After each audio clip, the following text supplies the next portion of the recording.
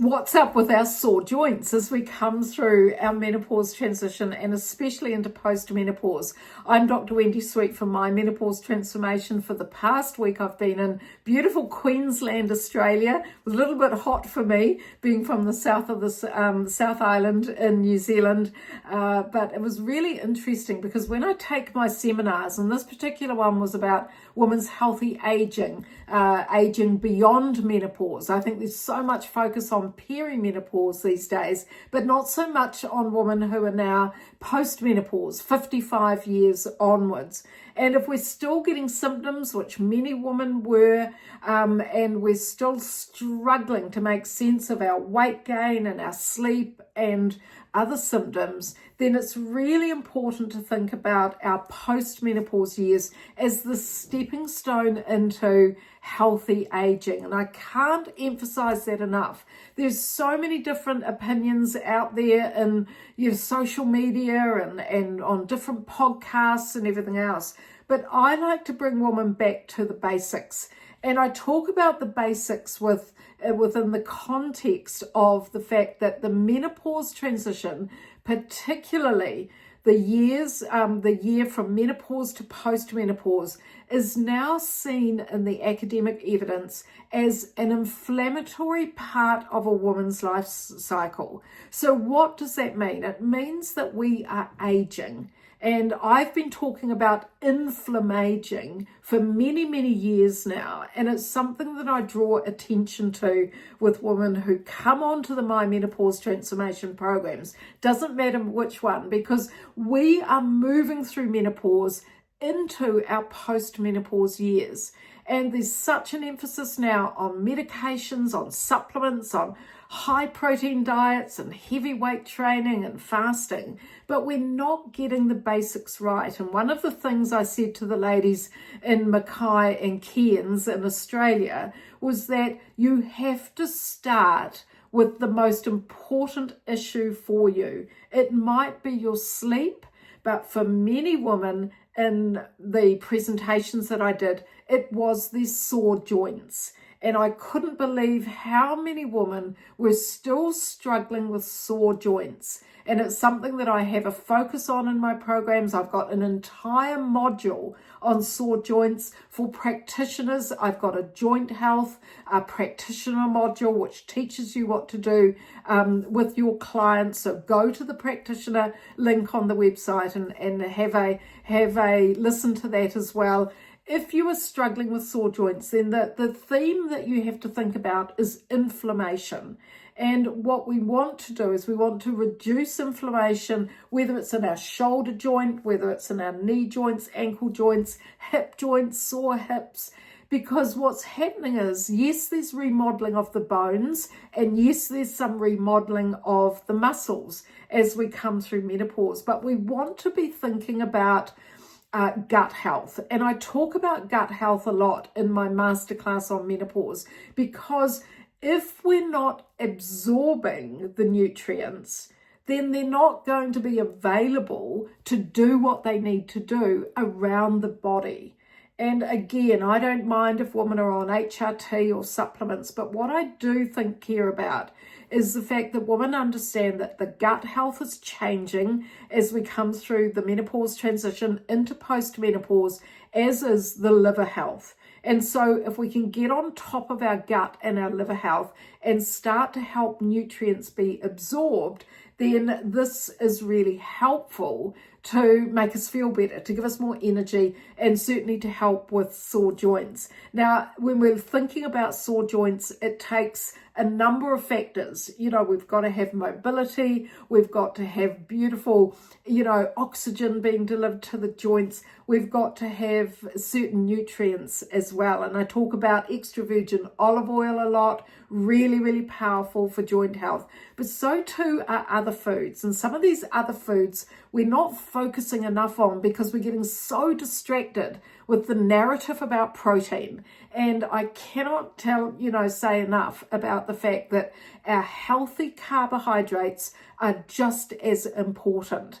And what we want to do is we want to have beautiful, healthy carbohydrates. And I've got some red rice here. Now, red rice is a little bit different from brown rice, certainly different from white rice, because it contains a significant amount of resistant starch, which is really important for gut health as we get older.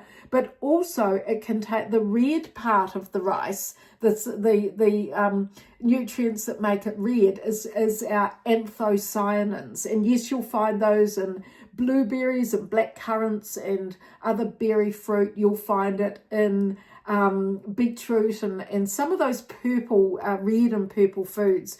But the anthocyanins in red rice are actually known to reduce the inflammation relating to arthritis.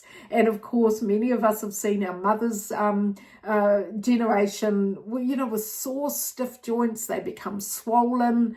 They get a bit of bursitis, which is swelling in the bursa. So we want to have nutrients that are going to help our health, and it starts with the nutrients that help with our gut health. Now, red rice has resistant starch, and what this does is it stays in the colon, in the digestive system for longer, and it produces short-chain fatty acids such as butyrate.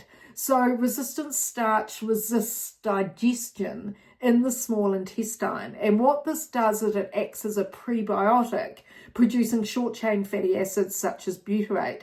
And these have a potent anti-inflammatory effect that help to reduce inflammation, including in our joints, whether it's our shoulder joint, whether you've got a bit of a stiff shoulder joint, you need to mobilize it, or our knee joints as well. That's where it often gets me, is in the knee joints.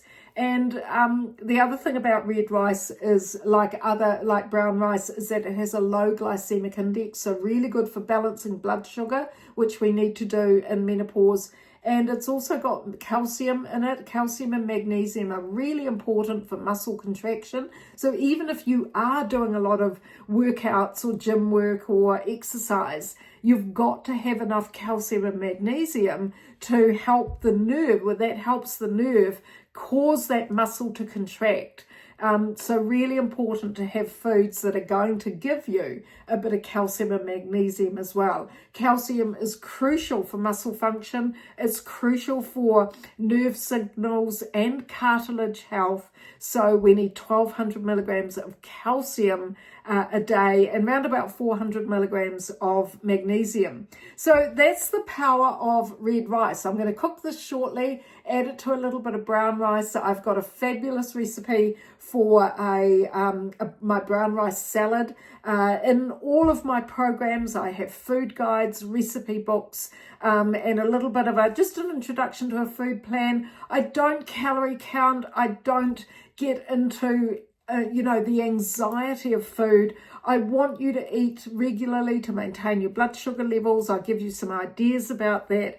But what I really focused on is the nutrients that we all need as we move from perimenopause to menopause and now to postmenopause. And those nutrients that we can absorb through the gut and get into our body are really important for our health as we age, particularly our joint health, our cardiovascular health, and most importantly, our mental health as well. So if you were with me in Queensland over the past week, thank you for being there with me. It's been wonderful to meet you. And if you are new to being introduced to my menopause transformation, go to the website, start with the symptoms quiz. If you're still getting symptoms, even if you are post-menopause, you'll get some videos from me, and listen to the masterclass on menopause, and certainly have a look around the programs. If you are a practitioner, then my next 12-week practitioner course starts in January. You must pre-register for that. I've got women coming through, practitioners coming through the current course. They are loving their learning. and they're about to do work with a case study client as well. Anyway, it's all on the website, My Menopause Transformation. Thank you for being here with me. I'm Dr. Wendy Sweet, and my PhD was in women's health and aging as women come through the menopause transition.